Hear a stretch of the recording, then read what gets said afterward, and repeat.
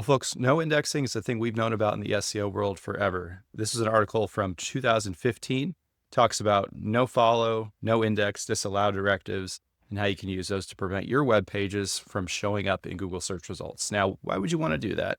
If there's specific privacy concerns, if there's pages that don't really need to be indexed by Google because they're not going to rank for anything from an SEO standpoint, or if it's some back-end pages like login, account type pages, wish list, if you're an e-commerce store, things like that, you just don't really need showing up in the Google search engines. You could set a no index, no follow directive, which basically means that you're telling Google not to put it in their index. That's what no index means. And no follow means you're not going to follow any sort of links going to that page. And when it comes to LLMs, we just assume that none of our chats are going to show up in Google search results.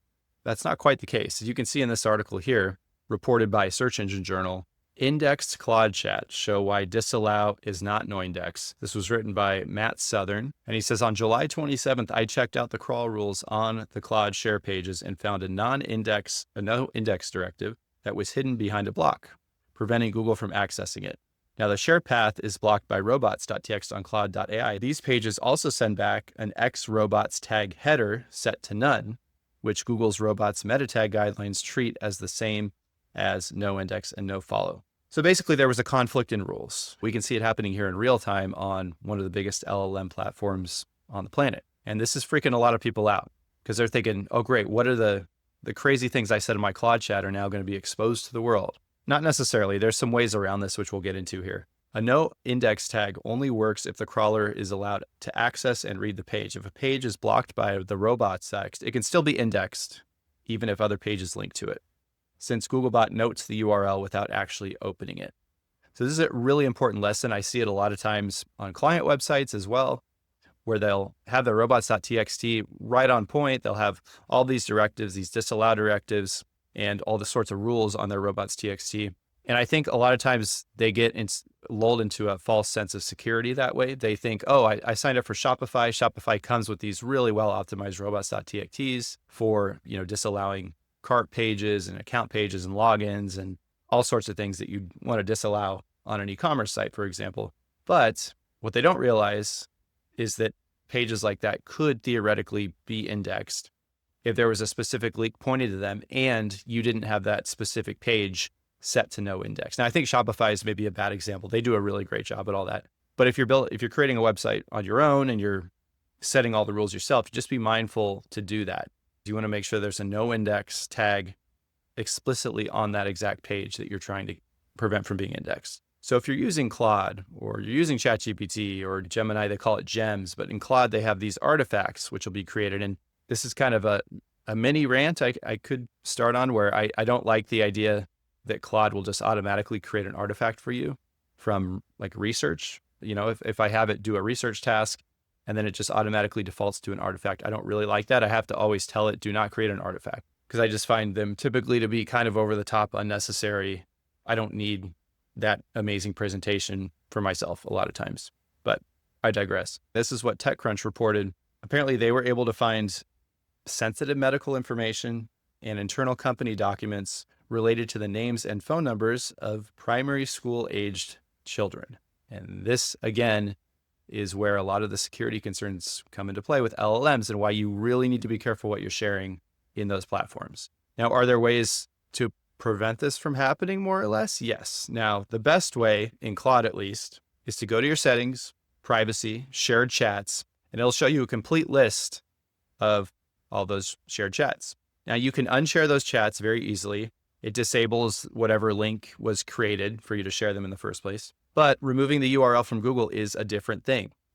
Claude owns the website, right? They're determining that theoretically they have access to Google Search Console for their own website.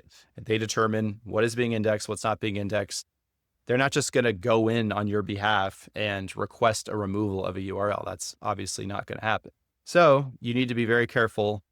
First of all, you need to be extremely careful and extremely selective of what you share and what you create, right?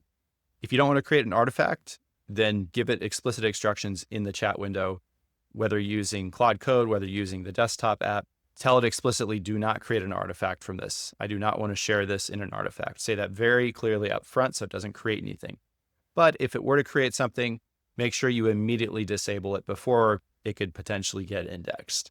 Once it gets indexed and you disable it after the fact, could it be removed from the index? Sure, but you don't want to bank on that. It's better to just not run into that issue in the first place. Blocking is not the same as removing. You need to be very clear about that. This is the exact mechanism that lets these pages surface to begin with.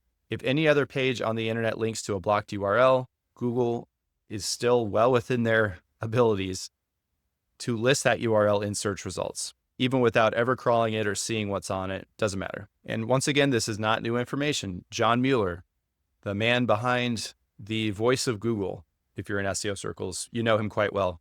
Oh, I don't want this. What is this? He says one thing maybe to keep in mind here is that if these pages are blocked by robots.txt, then it could theoretically happen that someone randomly links to one of these pages. And if they do that, then it could happen that we index this URL without any context because it's blocked by robots.txt. We wouldn't know that you don't want to have these pages actually indexed. Whereas if they're not blocked by robots.txt, you can put a no index meta tag on those pages. And if anyone happens to link to them and we happen to crawl that link and think maybe there's something useful here, then we would know that these pages don't need to be indexed and we could just skip them from indexing completely.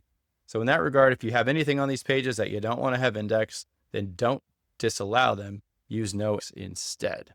Well spoken, John. So the biggest takeaway here is understanding disallow and no index are not the same thing. They're not the same functionality.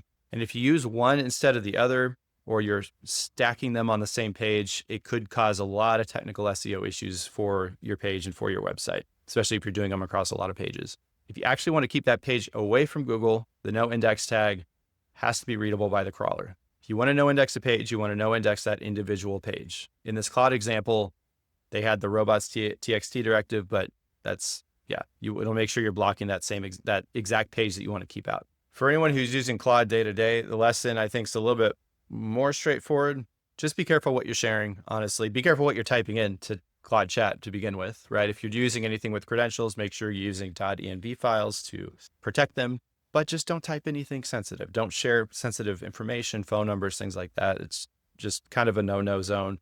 And you risk having stuff like this happen to begin with. So be mindful of that. For your own websites, use no index on the page you want to no index, and you'll be safe. If you're still confused by index, no index, allow, disallow principles, I recommend using a tool like Yoast SEO. That's a great, easy WordPress tool. You can start using it today for free on your WordPress site. There's a lot of other tools out here, but this is kind of the staple for people using WordPress. And it's really easy to set those directives within Yoast. I recommend going page by page in your pages section in WordPress and scroll to the bottom. You'll see Yoast there. You can also set your title tag meta description there very easily, which are important elements for SEO as well. You click on advanced and it should show the directives for index, no index, allow, disallow, all those other directives that you need. So it's very straightforward, and Yoast has good documentation to explain them probably better than I am right now. So you'll be extra clear on what you should be doing for your site. Hope this helped, and we'll see you in the next video. Please like, subscribe. Thanks for watching. Peace.